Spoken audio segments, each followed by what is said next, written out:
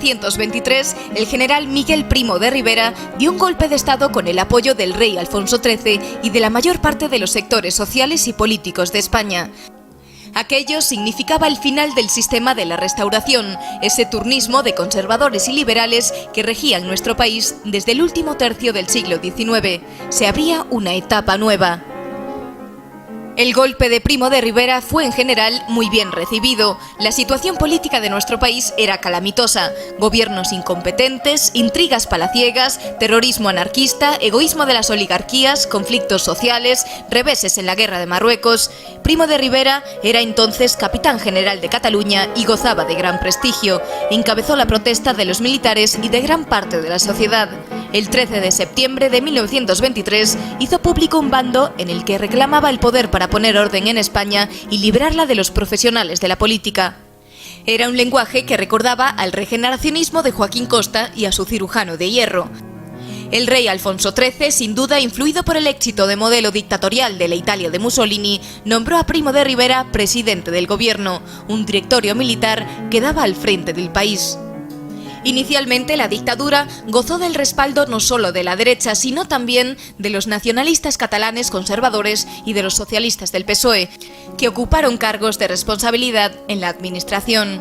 Ese apoyo durará hasta que el general decida crear su propio partido, la Unión Patriótica, e incluso intente institucionalizar su régimen a través de una constitución. En ese propósito iba a contar con auxilios de primer orden, como Calvo Sotelo, Maeztu o Pemán, pero el intento le granjearía la hostilidad de las izquierdas y de un amplio sector del propio ejército, con una intempestiva insurrección corporativa del arma de artillería.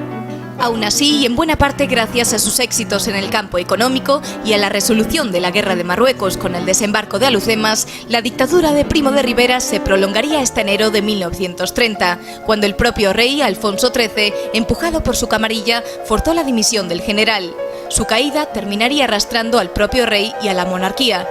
Primo de Rivera tendrá que salir de España y morirá en París, deprimido y enfermo. Alfonso XIII, rey de España, vino al mundo en 1886. Comenzó a reinar en 1902 con 16 años y se mantuvo en el trono hasta 1931, cuando fue derrocado por el golpe de la Segunda República. En su largo reinado hubo un aspecto sobre él que siempre se ha especulado mucho: la fortuna de Alfonso XIII, al que se ha considerado como el primer rey de España, que fue, además, un hombre de negocios, porque Alfonso XIII fue rico, muy rico, no tanto como el rey de Inglaterra o el zar de Rusia, pero sí mucho más que sus predecesores. Su padre le dejó una herencia de 1.300.000 pesetas, que hoy equivaldrían a más de 4 millones de euros. Además, el Estado le asignó una retribución anual de $500.000 de pesetas, y Alfonso XIII supo convertir todo ese capital en motor de numerosas inversiones. Compró acciones de Hispano-Suiza, la primera gran marca española de automóviles que produjo también motores aeronáuticos. El rey llegó a tener el 8% del capital. Invirtió igualmente en el Metro de Madrid, que él mismo inauguró. Entró en el capital de Transmediterránea, compañía barcelonesa que pronto se convertiría en la primera gran compañía naviera española. 3 empresas punteras en el despegue industrial de España. Alfonso XIII invirtió sus ganancias en numerosas propiedades inmobiliarias, algunas adquiridas por él y otras donadas, como los palacios de Miramar, en San Sebastián, La Magdalena en Santander y Pedralbés en Barcelona, así como fincas urbanas en Madrid y rústicas en Ávila, o caseríos en el País Vasco. Pero sobre todo dedicó su dinero a fabricar más dinero invirtiendo en decenas de empresas de diversos sectores, desde el motor al cine o las infraestructuras, y por supuesto en la bolsa. Alfonso XIII supo rodearse de los financieros y de la nueva aristocracia bancaria catalana y vasca. Se calcula que en 1931 su patrimonio superaba los 44 millones de pesetas, más de 92 millones de euros actuales. La fortuna del rey fue objeto de reprobación pública más tarde.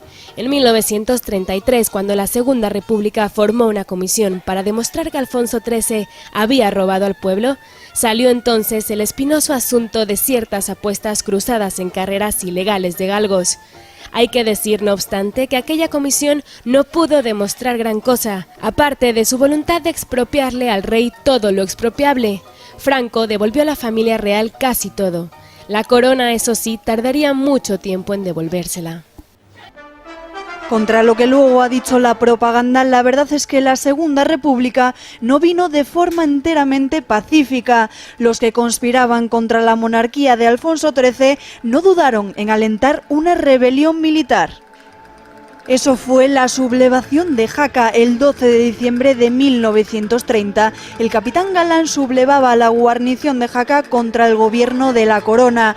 Los insurrectos mataban a un sargento de la Guardia Civil y a 2 carabineros y proclaman la República en el ayuntamiento. El golpe, eso sí, quedaría sofocado muy pocas horas después. El episodio de Jaca fue en realidad un trágico error. El gran plan estaba en otro lado. Desde meses atrás, los republicanos habían acordado una revolución que debía comenzar con un levantamiento militar el día 15 de diciembre. El proyecto procedía directamente del Pacto de San Sebastián, firmado en el agosto anterior. Ninguno de los firmantes era revolucionario. Los promotores de la operación eran Alcalá Zamora y Miguel Maura, los dos católicos y moderados. Estaban también Lerroux y Azaña, y los regionalistas y nacionalistas gallegos y catalanes. Los socialistas, al margen del pacto, se comprometieron a proclamar una huelga general. En el ejército había centenares de oficiales que pertenecían a la masonería y estaban dispuestos a levantarse contra la monarquía. Ramón Franco y Queipo de Llano eran 2 buenos ejemplos. En ellos se fiaba para poder llevar a cabo la sublevación. Ahora bien, a finales de noviembre, el director general de seguridad, el general Mola, se entera de lo que se está tramando. Sabe que uno de los principales nombres militares del complot es Fermín Galán, y lejos de detenerle, Mola le escribe en estos términos. Sabe el gobierno y sé yo sus actividades revolucionarias y sus propósitos de sublevarse. El asunto es grave y puede acarrearle daños irreparables.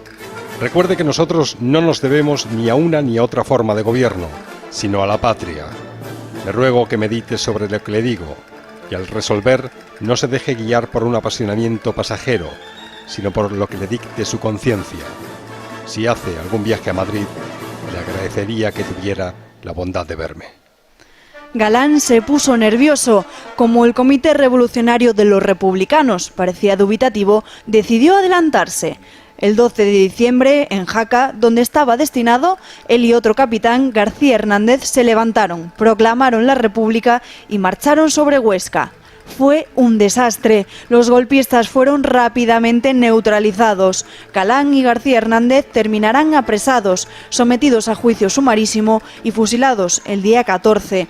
En cuanto a los responsables políticos, la corona ejercerá con ellos una sorprendente indulgencia. Los últimos años del reinado de Alfonso XIII, en los que las riendas del gobierno las llevaba el general Primo de Rivera, resultaron adversos para la fama del monarca. En 1929, el dictador le solicitó poderes extraordinarios que el rey le concedió y algo más tarde le enfrentó con algunos sectores del ejército, llegando a ser disueltas algunas unidades. En ese tiempo, la popularidad de Primo de Rivera descendió de forma notable y su caída arrastró también a la corona. De tener que elegir entre el monarca y el dictador, el ejército preferiría sin duda al primero, por lo que en enero de 1930 el rey pudo abandonar sin riesgo a Primo de Rivera. En su lugar, eligió al general Dámaso Berenguer para que pilotase un retorno a la normalidad constitucional que muchos consideraban improbable a esas alturas. Berenguer prometió convocar elecciones generales, pero por varias razones su propuesta fue recibida con escepticismo. Los monárquicos apartados por la dictadura se encontraban sin partidos que los representasen y las fuerzas tradicionales estaban fuera de juego después de 6 años de ausencia. Al movimiento obrero le interesaba la inestabilidad, por lo que provocó una sucesión inacabable de desórdenes públicos y la oposición republicana y socialista había tomado la determinación de derribar la monarquía, algo que ahora empezaba a parecer factible. Con el propósito de instaurar la República, catalanistas y republicanos firmaron el Pacto de San Sebastián en agosto de 1930, al que el PSOE y la UGT se unirían más tarde, en octubre, con la finalidad de organizar una huelga general acompañada de una sublevación militar, para lo cual se creó un comité revolucionario con 10 republicanos y 3 destacados socialistas. pero la huelga general no llegó a convocarse y el alzamiento militar del 12 de diciembre de 1930 en Jaca resultó un completo fracaso y se saldó con el fusilamiento de los dos capitanes que lo protagonizaron, Fermín Galán y García Hernández. Berenguer siguió adelante con sus planes y convocó la cita electoral para marzo de 1931, pero se encontró con una oposición generalizada, pues no se trataba de una cita para Cortes Constituyentes, sino de unas elecciones corrientes, como si nada hubiera ocurrido en los pasados 6 años, como si no hubiera existido el régimen de Primo de Rivera y como si en consecuencia la corona no hubiera sido cómplice de la dictadura. Desacreditado el general, se puso fin a la conocida como dicta blanda y Berenguer tuvo que dejar la presidencia del Consejo de Ministros, aunque continuó como ministro de Defensa, siendo sustituido por el almirante Juan Bautista Aznar. Este formó un gobierno con figuras del pasado como Romanones y García Prieto, pero se comprometió con un calendario electoral que incluía comicios municipales para el 12 de abril de 1931 y elecciones a Cortes, que podrían tener el carácter de constituyentes, en las que se podría limitar el poder de la corona y se plantearía la cuestión de la autonomía catalana. Celebradas las elecciones municipales, el resultado fue abrumadoramente favorable para las candidaturas monárquicas en el conjunto de España, aunque 4 de cada 5 capitales de provincias se impusieran las candidaturas republicanas. En esas condiciones, el Comité Revolucionario trató de obtener el mayor rédito político posible y pidió la proclamación de la República. La verdad es que nadie lo tomó muy en serio y menos que nadie los propios republicanos. Se trataba, a fin de cuentas, de una de las elecciones municipales. Sin embargo, sorprendentemente, 2 días después, el 14 de abril, privado de apoyos políticos, dejó Alfonso XIII España para marchar al exilio. La Segunda República tuvo su derecha, la CEDA, la Confederación Española de Derechas Autónomas, que nació en marzo de 1933. El inspirador de la idea había sido el jurista, periodista y político Ángel Herrera Oria, después sacerdote y fundador de la Asociación Católica de Propagandistas. El objetivo de la CEDA era agrupar a la opinión conservadora y católica, que había quedado completamente desorientada tras la proclamación de la República en 1931, para defender sus ideas desde dentro de las instituciones republicanas. La Segunda República, en efecto, había nacido muy acusadamente orientada hacia la izquierda, excluyendo a la derecha social del nuevo régimen. ¿Era posible una derecha dentro de la República? A partir del periódico El Debate y del partido Acción Popular, liderado por José María Gil Robles, 17 pequeñas formaciones de carácter agrario, conservador y regionalista de toda España decidieron unir sus fuerzas. El resultado fue un enorme partido de masas con más de 700.000 afiliados. Así, la Segunda República, tan claramente inclinada hacia la izquierda desde sus inicios, se encontró con que le había nacido una poderosa derecha.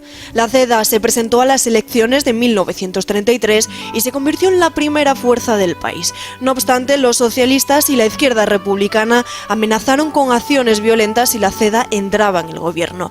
La antidemocrática coacción de izquierda surtió efecto en el presidente de la República, Alcalá Zamora, y la CEDA se vio obligada a permanecer como mayoría en el Parlamento, pero sin gobernar. Cuando entraron 2 ministros de la CEDA en el gabinete, ya en 1934, la izquierda encontró ahí el pretexto para desencadenar la violenta revolución de Asturias, porque la izquierda consideraba que la República era suya y solo suya.